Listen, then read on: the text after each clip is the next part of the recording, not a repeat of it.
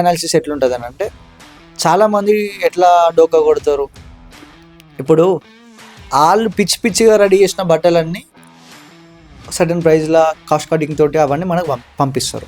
ఇక్కడున్న పీపుల్ ఏం చేస్తారు, ఇక్కడున్న హోల్సేలర్స్ ఏం చేస్తారు, రీటైల్గా అమ్ముతారు.